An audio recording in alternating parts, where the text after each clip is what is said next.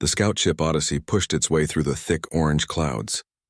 The planet below was called Xylos.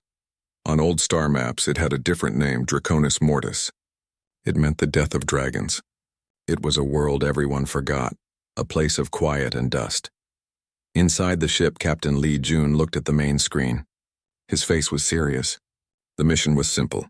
They had to find the Starscale's hoard. Legend said it was a mountain of special metals and gems.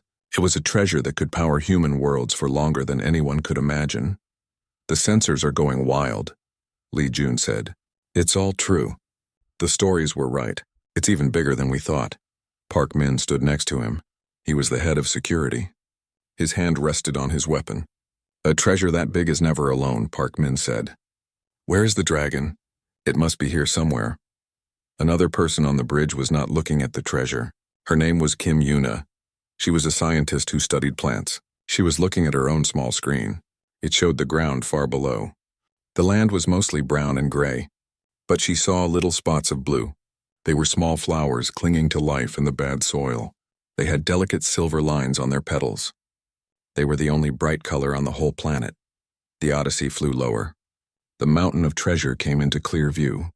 It was not a mountain of rock. It was a mountain of gold, silver, and strange metals that glowed with soft light. There were piles of gems that shone like captured stars. It was the most beautiful and frightening thing any of them had ever seen. And there on the very top was the dragon. It was huge, bigger than their ship. Its scales were the color of old volcanoes in the deep night sky. It was curled around the peak of its hoard. It was so still it looked like a statue. But then it moved.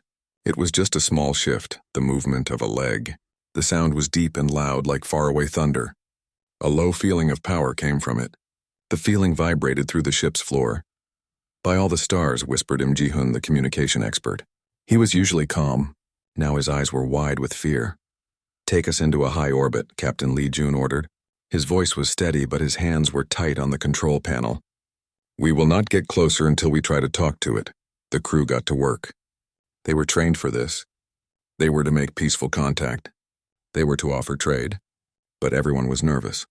The stories about dragons were old, and most of them ended with fire and death. Kim Yuna looked from her screen of little blue flowers to the giant creature on the main screen. She saw the dragon not as a monster, but as a living thing. A very old, very powerful living thing. What could a being like that want? It was sitting on more wealth than anyone could understand. Later, the command team met in the small meeting room. Lee Jun, Park Min, Im Ji-hoon, and Kim Yuna were there. Our mission is clear, Lee Jun said. We must establish communication. We will offer it things, technology, knowledge, things it might not have. It just killed a man for touching a piece of its hoard, Park Min said, his voice hard. It does not seem to want to talk.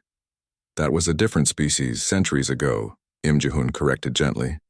The records are unclear. We must try. Yuna listened, but she was thinking about the flowers. They were so small and brave, growing in that hard place. The dragon lived in a world of things that lasted forever. Metal and gems did not die. They did not change. But the flowers, they lived for a day, and then they were gone. It was a different kind of beauty. What if it doesn't want more stuff? Yuna asked quietly. The others looked at her. Lee Jun frowned. What do you mean? Everyone wants something. It has everything, Yuna said, pointing to the screen showing the hoard. It has all the stuff. What could we possibly have that it doesn't? Our technology? It's probably made of the same metals it sleeps on. It might be boring to it. Park Min shook his head. So what is your plan? Do we offer it a song, a poem? Maybe, Yuna said. Maybe we offer it something that isn't meant to last. Lee Jun stood up. Our orders are to attempt a standard first contact. We will offer it the best of our technology. That is the plan. The next day, a small team went down to the planet. They went in an armored vehicle. Lee Jun, Park Min, and Im Ji-hoon were inside. They wore protective suits. They stopped a long way from the base of the treasure mountain. Im Ji-hoon sent out a message. He used sound and also a mental pattern the ship's computer had created.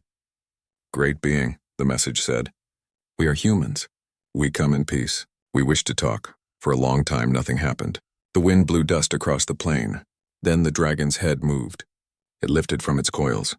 Its eyes, like pools of hot gold, opened. They looked at the small vehicle. A voice filled their minds. It was deep and slow, and it sounded very, very tired. You are new. Your shape is different from the last ones who came. But your words are the same. You speak of peace. You want to talk. But you really want my gold. Li Jun spoke into his communicator. We have things to offer you in exchange. He listed the things: energy cores, data crystals, medical technology. The dragon, carry-on, made a sound that was like a low rumble. It was a sigh. You offer me metal. You offer me power stored in metal. You offer me knowledge stored in metal. It is all the same. It is all part of the Hoard. I have no need for more of what I already have. One of the security officers with them, a young man named Choi, stared at a large, perfect red gem that lay near the vehicle. It was the size of his helmet. He was hypnotized by its beauty. Without thinking, he took a step towards it. His hand reached out. It was a small movement, but it was enough. The dragon's tail, a whip of scale and muscle longer than the Odyssey, moved. It was not an angry strike. It was a casual flick, like a person brushing away a fly. There was a bright flash of light. Where the man named Choi had been, there was only empty air and a small patch of scorched ground. He was gone. The minds of the team were filled with the dragon's final thought. You are a flicker. Do not touch what is eternal. The vehicle raced back to the shuttle. No one spoke. The mission was a failure. They had lost a person. The dragon was beyond them. It was too powerful, and it did not want anything they had. Back on the Odyssey, the mood was heavy. Li Jun prepared to send a message to Earth. He would say the mission was a failure. The Hoard was untouchable. Park Min was angry. We should attack it. We have weapons. And do what? Li Jun asked, his voice tired. Make it angry? It would destroy us in a second. Kim Yuna was in her lab. She looked at the images of the blue flowers. She thought about the dragon's voice. It was not angry. It was not greedy. It was bored. It was lonely. It had spent centuries, maybe thousands of years, surrounded by things that never changed. It had forgotten what change was like. The others were thinking about the treasure. They were thinking about the power it represented. But Yuna was thinking about the creature guarding it. A creature that had everything, and because of that had nothing that truly mattered. She knew what she had to do. It was against the rules. It was dangerous, but it was the only thing that made sense. She went to the biolab. She took a small, clear container. She put on a simple environment suit. She did not take a weapon. She did not take a communicator. She went to the shuttle bay. Li Jun's voice came over the ship's speaker. Kim Yuna, stop what you are doing. Return to the bridge. That is an order. Yuna looked up at the camera in the shuttle bay. I am sorry, Captain, but we are speaking the wrong language. I'm going to try speaking a different one. She got into a small shuttle. The doors of the bay opened to the black space below. The planet Xylos, with its orange clouds and its mountain of gold, filled the view. She was going down alone. Her only offering was not a tool, or a weapon, or a piece of technology. It was a simple blue flower that would soon die. The silence on the bridge of the Odyssey was heavy and cold. It was the silence that comes after a shock. Captain Li Jun sat in his chair, staring at the main screen. The planet Xylos hung there, beautiful and deadly. He had just watched the security footage from the rover. He saw the young officer Choi reach for the gem. He saw the bright flash. He saw the empty ground where a man had been standing just a second before. Park Min stood nearby, his arms crossed. His face was like stone. It was a stupid move, he said, his voice rough. He knew the rules. But the dragon, it didn't even care. It was like swatting a bug. Li Jun did not look away from the screen. Prepare a message for command, he said. Mission failure. The asset is hostile. The Hoard is unattainable. We have one casualty. The words felt like ash in his mouth. He had trained for years for a mission like this.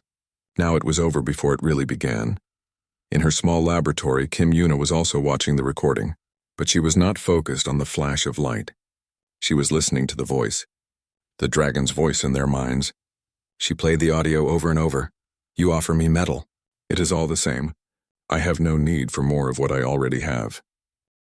The voice was not angry. It was not triumphant. It was deeply, unbelievably tired. It was the voice of someone who had seen the same thing 1,000 times and was bored of it. Yuna looked away from the screen. Her eyes fell on her own work. On her table were images of the planet's surface. She had zoomed in on the small blue flowers. They were so delicate. They grew in the cracks of the hard soil, right at the edge of the immense hoard. They lived for a short time in a harsh world, and then they were gone. The dragon lived with things that were eternal. Gold does not die. Gems do not wilt. Its entire world was made of things that lasted forever. And Yuna thought that must be a very lonely place. The command team met again. The room was tense. "We have to leave," Li Jun said. "There is nothing more we can do. The being is too powerful. It has rejected our offers." Park Min shook his head. "We cannot just leave. That hoard, it is the key to everything. New ships, new cities, a new age for humanity. We have to try something else." "Try what?" Li Jun asked, his voice rising. "Should we shoot it? Our strongest weapons would be like throwing pebbles at a mountain. It would only make it angry." Im Ji-hoon, the communications expert, spoke softly. "The captain is right. Its psychic presence is immense. It is not just a physical being. It is an ancient consciousness. An attack would be suicide." Everyone was talking about the treasure. They were talking about the dragon as a problem to be solved, a guard to be tricked or defeated. Yuna had been quiet until now.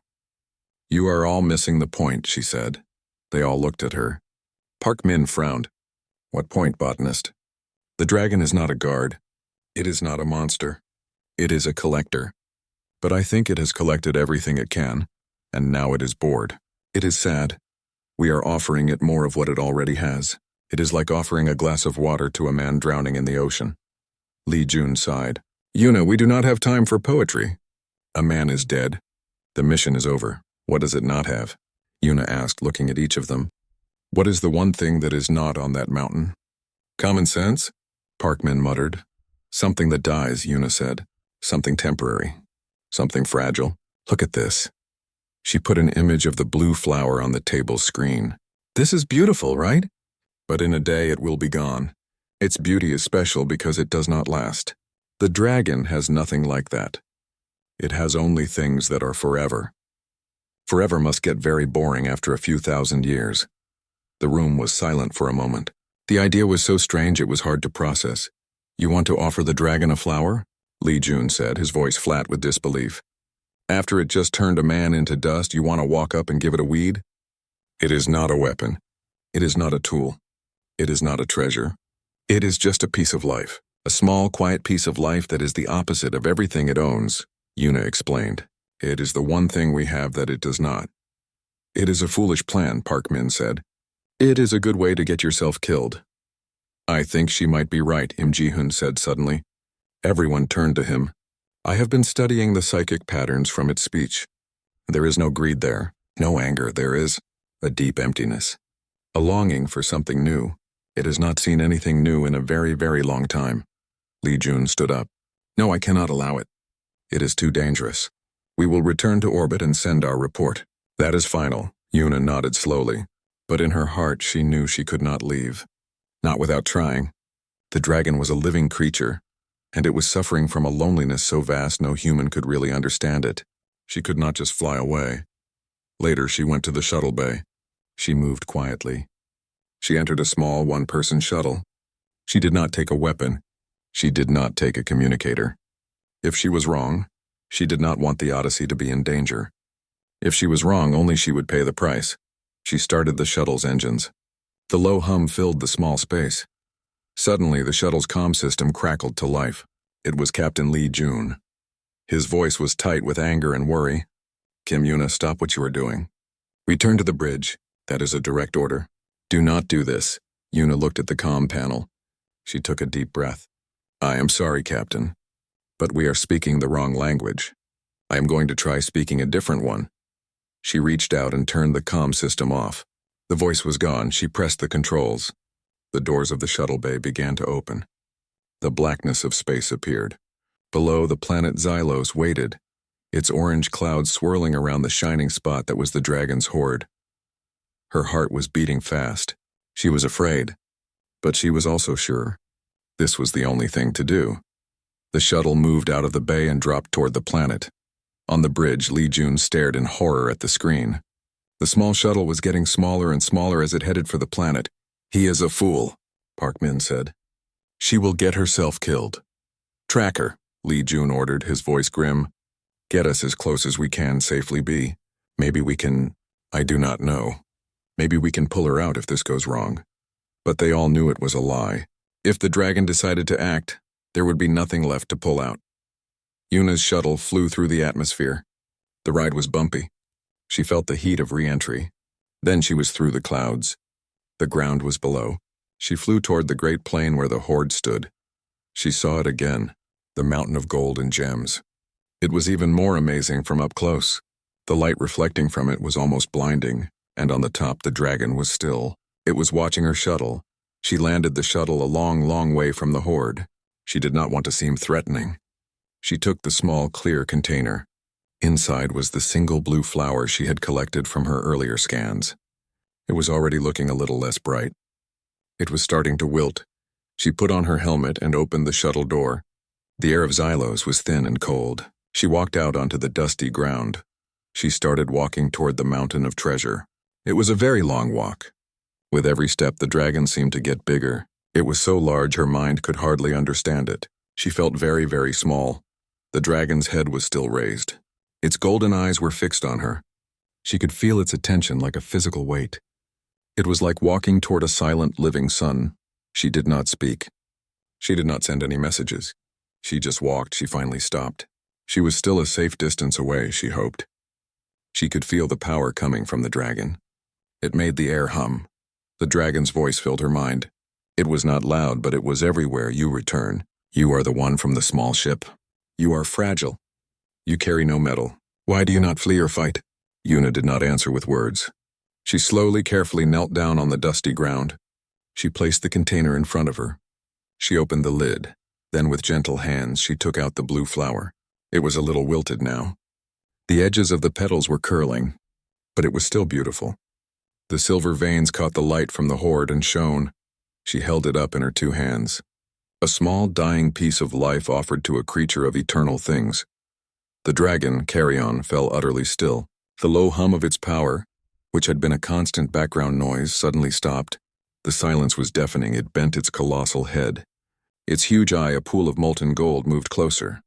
It focused on the tiny blue thing in the human's hands. The voice in her mind was different now. The tiredness was gone. It was filled with a new emotion. It was wonder. What is this? The silence was complete. The constant low hum of power that came from the dragon had stopped. The only sound was the soft whisper of the wind over the dusty plain. Kim Yuna stood, her arms outstretched, holding the small wilting flower. The dragon's eye, vast and intelligent, was fixed upon it. The voice in her mind came again, softer than before. It changes. Yuna slowly nodded, though she was not sure if the dragon understood the gesture. Yes, she said, her voice quiet inside her helmet. It is a living thing. It was born from a seed. It drank water from the ground. It used the light from the sun. And now it is dying. The dragon's head lowered another degree. The movement was so slow and careful. It was as if it was afraid its breath would blow the tiny thing away. Dying, the dragon repeated. The concept seemed both foreign and fascinating. Nothing here dies. It only is. I know, Yuna said. She felt a little more courage. That is why I brought it. It is not like the things in your hoard. Its beauty is not in lasting forever. Its beauty is in its short life. The dragon was silent for a long time. Its golden eye studied the flower. It watched the subtle droop of the stem. It saw the slight loss of color in the blue petals. Explain this to me, the dragon's voice echoed in her head. It was not a command. It was a request. A genuine, curious request. Explain its purpose. On the bridge of the Odyssey, the crew was frozen. They watched the scene on the main screen. The sensors were focused on Yuna and the dragon. They could not hear the mental conversation, but they could see the dragon's intense focus. He is not moving, Im Ji-hoon said, his voice full of wonder. His psychic emissions, they have changed. The emptiness is gone. It is being replaced by curiosity. Li Jun leaned forward, his hands gripping the edge of his chair. Is she talking to it? It appears so, Captain, Im Ji-hoon replied. And it is listening. Park Min stood with his arms crossed, but his tough expression was gone. He looked confused. A flower? It killed a man for a gem, but it is looking at a flower? Down on the planet, Yuna began to explain. She kept her voice soft and calm. Its purpose is to live, to grow, to make more flowers. Its life is short, so it must live it completely. It does not have thousands of years. It has only today. The dragon listened. It makes more of itself? Before it dies? Yes, Yuna said. It leaves behind seeds, new life. So that even though this one flower will be gone, there will be others. It is a different kind of forever. Not the forever of a rock, but the forever of a story that keeps being told. A deep rumble came from the dragon. It was a thoughtful sound. A story, it said. I have collected all the objects, but I have collected no stories. The objects are silent. They do not have a beginning or an end. They just are. The dragon's great eye blinked slowly. The ones who came before you, they only saw the objects. They saw the gold. They saw the power. They did not see me. They did not think to bring me a story. Yuna's arms were getting tired from holding the flower, but she did not move. What is your name? She asked. The dragon seemed surprised by the question. I am Carrion. It is the name I gave myself when the stars were younger. No one has asked for my name in a long, long time. My name is Kim Yuna, she said. Kim Yuna, the dragon repeated. The name sounded strange and new in its ancient mind. You have given me a new thing. A thing that changes, a story. What do you wish for in return? Is it gold? Is it a gem? Yuna shook her head. No, I do not want anything from your hoard. This concept was even more surprising to Carrion than the flower. Nothing. But that is the reason all beings come here. They always want something. I wanted to meet you, Yuna said simply. I wanted to understand. The treasure is just stuff. You are the interesting part. The dragon lifted its head slightly and looked out over its vast collection. For the first time in centuries, it did not see its glory. It saw its prison, a beautiful, silent, eternal prison. It had surrounded itself with things that had no life, no change, no story. And it had become as still and as silent as they were. I have been a fool. Carrion's voice echoed, filled with a sad wonder. I hoarded the forever, and in doing so, I missed every moment. Its eye returned to the flower in Yuna's hands. The edges of the petals were now turning brown. It is happening so quickly, the dragon observed. Yes, Yuna said. That is why it is precious. A single massive tear formed in the corner of the dragon's gigantic eye. It was a clear, crystalline liquid. It grew larger and larger until its own weight pulled it free. It fell through the air, a tear as big as a person. It hit the edge of the hoard with a sound like a great bell ringing. Where it landed, the tear did not soak into the ground. It hardened instantly. It became a perfect, brilliant diamond, clear as water and twice the size of Yuna's shuttle. It lay among the gold and gems, a new treasure born from a new feeling. I have not shed a tear in 10,000 years, Carrion said. I had forgotten what it felt like. The dragon looked from the new diamond back to the small human. Your offering is greater than all my hoard, it said. You have shown me scarcity. You have shown me something I cannot have. I can have all the gold in the universe, but I cannot have this one simple flower forever, and that makes it more valuable than anything I own. Carrion slowly, carefully, laid its huge head down on the gold in front of Yuna. It was a gesture of peace. Of trust? Tell me more, Kim Yuna, the dragon asked. Its voice was gentle. Tell me about things that are not forever. Tell me about the stories. And so, the human xenobotanist sat down on the dusty ground in front of the ancient dragon. She placed the wilting flower carefully on a flat stone between them. And she began to talk. She told it about the life cycle of plants. She told it about seasons on Earth, about spring and fall, about birth and death. She told it stories of her own world. The dragon listened. It asked questions. For the first time in millennia, Carrion was not a guardian of a treasure. It was a student. It was learning, and it was alive. High above, the crew of the Odyssey watched, unable to believe what they were seeing. The dragon was not a monster to be feared. It was a lonely soul who had just been given a gift it did not know it needed. The simple flower had done what all the wealth and power in the universe could not do. It had opened a door. The sun of Xylos began to set, painting the orange sky with streaks of red and purple. Kim Yuna sat on the ground, her legs crossed. The dragon, Carrion, lay with its massive head resting on a pile of emeralds, listening. The small blue flower between them was now fully wilted, its petals dry and curled. But neither of them seemed to care. The flower had done its job. Yuna had been talking for a long time. She told Carrion about forests on Earth, where trees lose their leaves in the autumn and grow new ones in the spring. She explained how a caterpillar becomes a butterfly, changing its entire body in a short, amazing life. Carrion was fascinated by the idea of change. Everything in your world is in motion, it thought to her. Nothing stays the same. Here, everything is still. I am still. I thought that was power.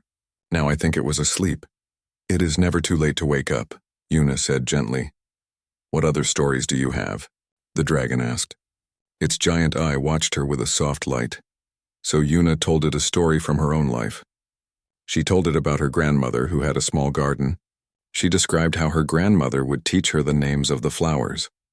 She told the dragon how her grandmother became old and passed away. But every time Yuna saw a certain type of rose, she remembered her grandmother's hands and her smile. So the story continues, even though the person is gone? Carrion asked. Yes, Yuna said. The memory is a different kind of life.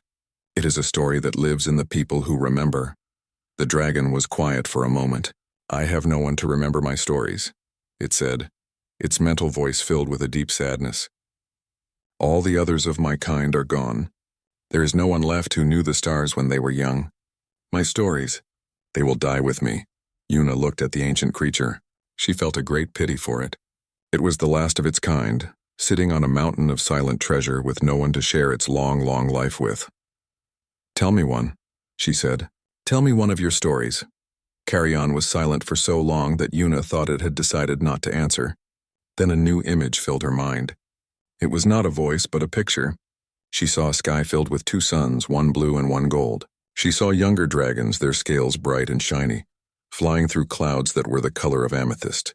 She felt the joy of flight, the warmth of the twin suns, the sound of dragon song echoing between mountain peaks. It was a memory of a time when Carrion was not alone. The image faded. The dusty plain of Xylos returned. That was my home, Carrion said. Before the suns went dark, before the silence came. Thank you for sharing it with me, Yuna said. Now I will remember it too. The story continues. A low, soft rumble came from the dragon. It was a sound Yuna had not heard before. It was a sound of contentment, of gratitude. You have given me a great gift, Kim Yuna. You have given me a new eye. You have shown me that I was looking for the wrong kind of treasure. The dragon lifted its head and looked over the incredible wealth it had gathered over millennia. It looked at the mountains of gold, the rivers of jewels, the pillars of rare metals. This is not a hoard, Carrion said. It is a tomb. I built my own tomb from shiny things. Then it did something that shocked Yuna. It moved one of its colossal claws. It pushed a small pile of gold coins and a few large diamonds. It pushed them toward her. The treasure slid across the ground and came to a stop at her feet. It was more wealth than any human could spend in a lifetime. This is for you, the dragon said. Yuna looked at the fortune in front of her. She then looked back at the dragon. Carrion, I told you. I do not want your treasure. I know, the dragon replied. That is why I am giving it to you. You are the only one who does not want it, so you are the only one who should have it. Use it to grow more flowers. Use it to help more stories. Yuna was speechless. She looked at the pile of gold, then at the wilted flower on the rock. The contrast was unbelievable, but what will you do? She asked. The dragon looked up at the darkening sky where the first stars were beginning to appear. I have been a collector of things for long enough, Carrion said. I think it is time I became a collector of stories.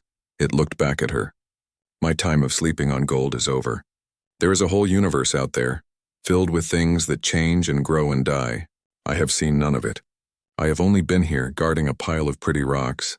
A feeling of excitement, wild and new, came from the dragon. I will leave this place. I will go and see your forests. I will see the caterpillars become butterflies. I will listen to the stories of other worlds. Yuna felt a smile spread across her face. The idea was amazing. The dragon, free from its self-made prison, exploring the galaxy. People might be afraid of you, she said, thinking of Captain Lee Jun and Park Min. Then I will have to be careful, Carrion replied, and perhaps I will have a friend who can explain that I mean no harm. It was an invitation. Yuna understood. She nodded. I would like that. The night had fully fallen now. The only light came from the glowing metals of the Hoard and the brilliant stars above. You should return to your ship, Kim Yuna, the dragon said. Tell your captain that the guardian of the Hoard is leaving. The treasure is no longer protected. They can have it." Una stood up. Her body was stiff from sitting for so long. She picked up the wilted flower and put it carefully back into its container. It was her first gift to the dragon. She would keep it. She looked at the pile of gold at her feet. "I cannot take all this in my shuttle." "I will keep it safe for you," Carrion said. "When you need it, it will be here. Or I will bring it to you." Una walked back to her shuttle. She felt like she was in a dream. She had come down with a simple flower and had started a chain of events that she could never have imagined. As she entered the shuttle, the dragon's voice filled her mind one more time. "Thank you for the flower." Kim Una, it was the best treasure I have ever received." She turned and saw the great dragon watching her. She raised her hand in a wave. Then she closed the shuttle door and prepared for takeoff. Behind her, the dragon named Carrion looked up at the stars. For the first time in centuries, it was not looking at them as distant, cold lights. It was looking at them as destinations. It was looking at them as new stories to be collected. The human was right. It was never too late to wake up. The small shuttle rose from the dusty plain of Xylos, its engines a soft hum in the vast silence. Inside, Kim Una sat quietly, looking at the wilted flower in its container. Her mind was full of the dragon's voice and the incredible things that had happened. On the bridge of the Odyssey, the crew watched the shuttle's ascent on their screens. No one spoke. They had seen the dragon push a fortune in gold and gems toward Una. They had seen the dragon lay its head down peacefully. They did not understand what they had seen. When Una's shuttle landed back in the ship's bay, Lee Jun, Park Min, and Im Jihan were waiting for her. The door opened and Una stepped out, still holding the container with the dead flower. "Are you hurt?" Captain Lee Jun asked, his voice a mixture of relief and confusion. "I am fine," Una said. She looked tired, but her eyes were clear and calm. "What happened down there?" Park Min demanded. "What was that?" "Why did it give you gold?" Una took a deep breath. She looked at their faces. They were waiting for an explanation that made sense in their world of missions and rules. "The dragon's name is Carrion," she began. "It is not a monster. It was lonely. It has spent thousands of years collecting things that last forever. It had forgotten what it was like to see something that changes, something that lives and dies." She held up the container. This flower was something new, something it did not have, something it could not keep. That is why it was interested. Im Ji-hoon nodded slowly. "It makes a strange kind of sense. Its loneliness was a void that no amount of permanent treasure could fill. Only something temporary could." Lee Jun shook his head, trying to process it. "But the gold it gave you, it was a king's ransom. It said we could have the rest of the hoard," Una said quietly. The three men stared at her. "The silence on the bridge was absolute, what?" Lee Jun finally whispered. "The guardian is leaving," Una explained. "Carrion is going to travel. It wants to see the universe. It wants to collect stories, not things. It said the treasure is no longer protected. We can have it." For a long moment, no one moved.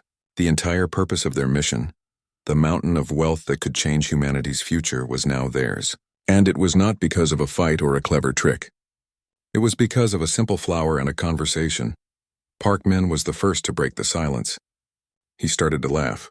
It was not a happy laugh. It was a laugh of pure disbelief. "All the weapons and plans. And we got it because you talked about your grandmother's garden." Suddenly a shadow fell over the ship. The main screen, which had been showing the planet below, went dark. A deep resonant hum vibrated through the entire Odyssey. It was a familiar feeling of power, but this time it was not threatening. It was purposeful. Im Ji-hoon looked at his console, his eyes wide. "The dragon, Carrion, it is moving." On the screen they saw it. The great dragon uncoiled itself from the mountain of treasure. For the first time they saw its full size. Its wings, which had been tucked close to its body, stretched out. They were vast, like solar sails, and they blotted out the light from the stars. The sight was terrifying and beautiful. The dragon shook its body, and the sound of scales shifting was like 1,000 chains falling away. It looked up, toward the blackness of space. Then it pushed off from the mountain with its powerful legs. It launched itself into the sky. It did not fly like a bird. It moved like a living ship, graceful and impossibly strong. It soared up through the atmosphere of Xylos, its wings catching the light of the distant sun. It flew past the Odyssey. For a moment, the dragon was right outside the main viewport. Its golden eye looked directly at the ship. The crew felt a single clear thought in their minds. Thank you. Then, the dragon folded its wings and shot forward. There was a flash of light, a ripple in space itself, and then it was gone. It had jumped into faster-than-light travel, heading for the stars. The Odyssey was alone in orbit around Xylos. The mountain of treasure sat below, completely unguarded. Li Jun slowly sat down in his captain's chair. He looked from the empty space where the dragon had been to the planet below, and finally to Kim Yuna. The report I sent to command, he said slowly, will be the strangest one in the history of space exploration. Weeks later, the Odyssey was still in orbit. A large team from Earth had arrived to begin the slow process of cataloging and collecting the hoard. It was a task that would take years. Kim Yuna stood at the viewport looking down at the planet. She was holding a small datapad. On it was a single entry from a new astronomical database. It was a report from a deep space telescope. It had detected an unknown massive life form, visiting a remote jungle world on the edge of known space.